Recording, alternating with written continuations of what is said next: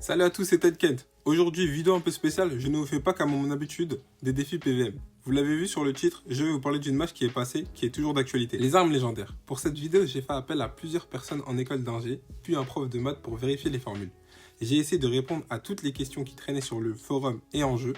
Juste pour ça les gars, laissez un maximum de pouces bleus et n'oubliez pas de vous abonner. Du lourd arrive. C'est en juin 2022 que nous avons vu l'apparition en jeu d'un tout nouveau type de cosmétique, les armes légendaires. Pour le bon déroulement de cette vidéo, je dirais AL à la place d'armes légendaires. L'objectif de cette mise à jour était de proposer du contenu pour les joueurs de très haut niveau ayant déjà découvert la majorité des fonctionnalités du jeu.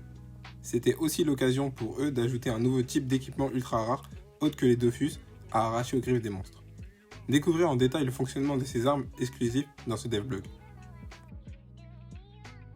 Une AL est un équipement un peu particulier, puisqu'il peut être équipé à la place d'une arme d'apparat. Cependant, contrairement à un équipement d'apparat classique, celui-ci octroiera à son porteur des caractéristiques bonus. Cela lui permettra de bénéficier d'effets supplémentaires sans avoir à remplacer son arme classique. Une arme peut être améliorée et ses effets personnalisés afin d'optimiser les bonus qu'elle octroie. Chaque arme possède deux lignes d'effets.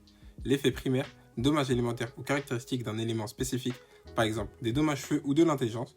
L'effet secondaire, autre effet pouvant ne pas être lié à un élément spécifique, par exemple des dommages critiques ou de la puissance. Ces armes peuvent être obtenues en butant sur les monstres dans différentes zones de haut niveau, puis être améliorées dans la forge élémentaire à Pandala pour accroître leur puissance.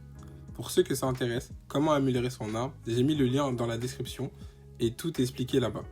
Le site c'est Papicha. Comme nous l'avons dit précédemment, les monstres au sein de certaines zones HL ont une très faible chance de faire tomber une AL.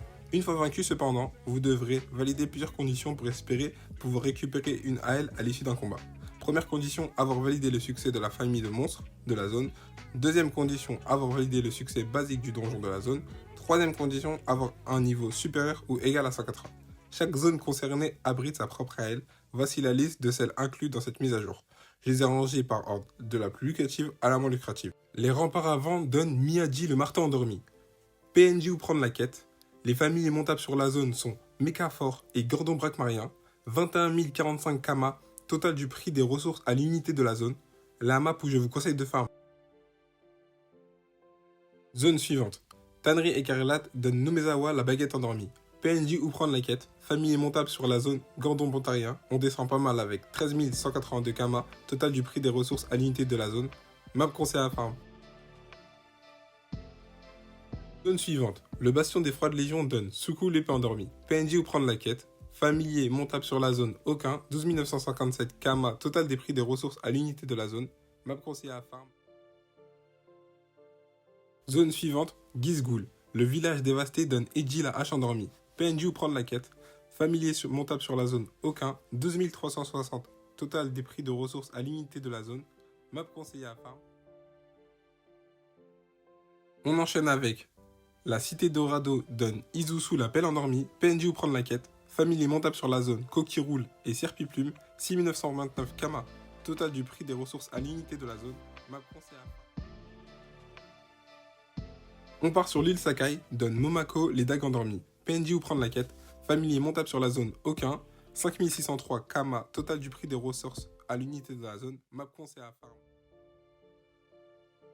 Zone suivante. La caverne des Fingus donne Haruka l'arc endormi. PNJ ou prendre la quête. Familier montable sur la zone Kunyar Albâtre. Hélium, boule d'Halloween. 3440 Kama, total du prix des ressources à l'unité de la zone. Map conseil à farm.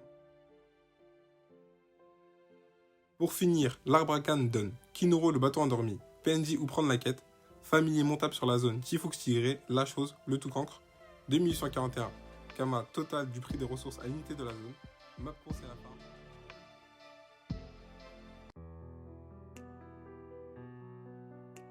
Quand vous voudrez drop une AL, beaucoup de questions circulent et vont vous torturer l'esprit durant toutes vos sessions de farm. Mon but aujourd'hui est de répondre par des calculs et des recherches à travers internet à ces fameuses questions, pour que la tâche soit moins difficile pour nous tous.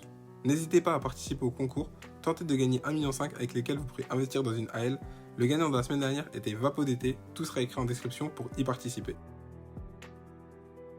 Tout dépend si vous jouez en mono ou en multi-compte. Si vous jouez en mono, il faudra choisir des classes Roxor ou Tank. Mon podium serait SRAM premier, Feka deuxième, Kra troisième, Yop en quatrième. Les gens qui jouent en multi-compte, je ne vous ai pas oublié, la compo parfaite c'est Zozo R, Feka Terre Eau, Kra Feu, c'est la plus appropriée pour cette tâche. Cette compo permet de farmer toutes les zones en un temps record. Moi je joue double compte en telle tablette, j'utilise le Zozo R et le Crafeu sur une petite map, voici quelques stats qui s'affichent. Conseil numéro 1. Restez sur la même map, changer de map ne sert strictement à rien, cela peut même vous ralentir si la map n'est pas adaptée à votre gameplay. Conseil numéro 2.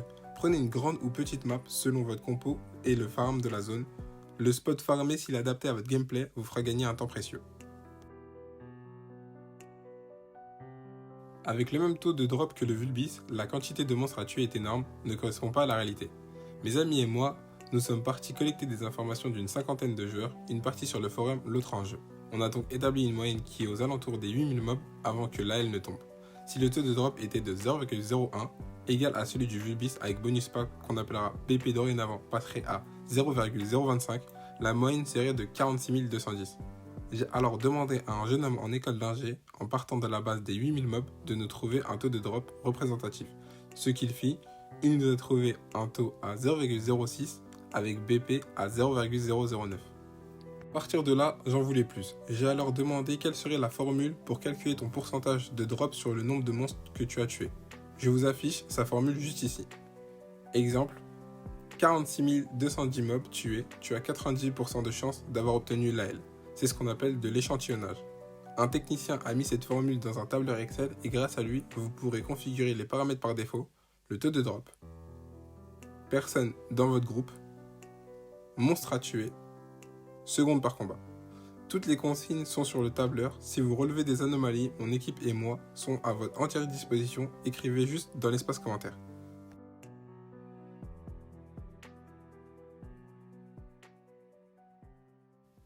La réponse est non. Il n'y a que le bonus pack qui est pris en compte. Toute chose autre que celui-ci n'est pas prise en charge.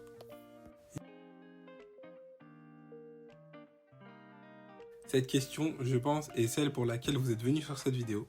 Depuis tout petit, on entend cette fameuse phrase « Le travail paye ». En effet, cette phrase marche, mais pas toujours. L'AL en est une bonne nuance.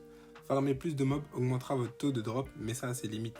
Peu importe la quantité que vous farmez, vous ne dépasserez jamais les 99%, simplement parce que c'est des probabilités, compris entre 0 et 1. Donc il n'y a pas de garantie, vous devez juste avoir de la chance. Vous pouvez très bien farmer 100 000 mobs et rien drop. Bon, le taux est très bas, mais mathématiquement c'est possible. Ça serait comme un miracle, mais à l'envers. Si tu es encore là à ce stade de la vidéo, c'est que tu aimes les maths. Donc tu vas en avoir pour ton grade.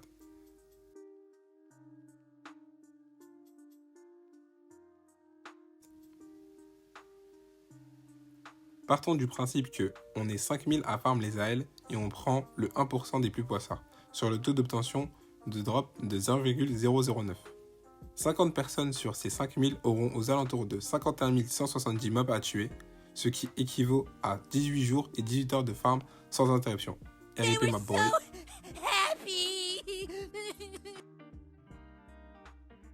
Dépend où vous vous situez dans le spectre de la chance.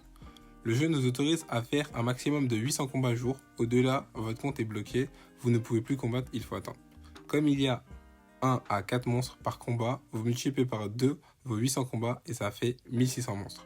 La moyenne de drop des joueurs, on se rappelle, est de 8000 monstres, donc calcul utilisé, 8000 mobs divisé par 1600 mobs est égal 5 jours de 800 combats, pour avoir une chance sur 2 d'obtenir une arme légendaire. Si vous êtes dans la moyenne, vous aurez donc 5 jours de 800 combats pour obtenir une AL. En passage AL, c'est une personne qui va rejoindre les combats en mode no stuff dans une team et se faire PL jusqu'à ce que l'AL tombe, son passeur n'ayant pas pris la quête ou le BP pour minimiser ses chances de drop. Supposons qu'il soit dans la moyenne du spectre de la chance, il drop à 8000 mobs. Calcul, 8000 mobs divisé par 114 est égal à 1 heure de mob, ça fait 70 heures de mob. Divisé par 4 heures de farm journalier est égal à 17 jours de 4 heures de farm par jour si on a de la chance d'être parmi les 1 sur 2. Oui, c'est rentable si vous prenez plus de 500 000 km par heure, sinon ne faites pas ça. Si vous êtes payé à l'obtention de l'AL et que vous n'êtes pas chanceux, la facture peut vite s'effriter avec le temps.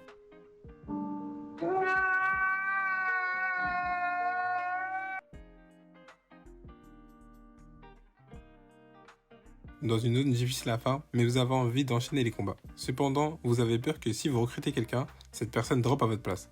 N'ayez crainte. Il n'y a pas de groupe défini à l'avance, genre l'AL est dans ce combat et s'il me vole ce combat, il vole mon AL.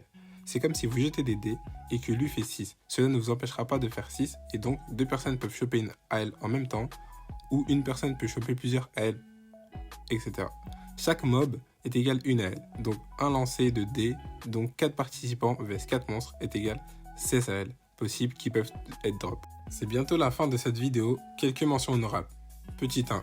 Les joueurs multicomptes qui ont déjà appris la quête mais qui veulent drop avec un perso, vous avez juste à ne pas payer le bonus pack, ça minimise vos taux de drop avec les autres persos. Petit 2. Pour avoir une certaine stabilité dans votre drop armlège, fixez-vous un quota de nombre de combats à réaliser chaque jour afin de pouvoir maintenir un bon rythme.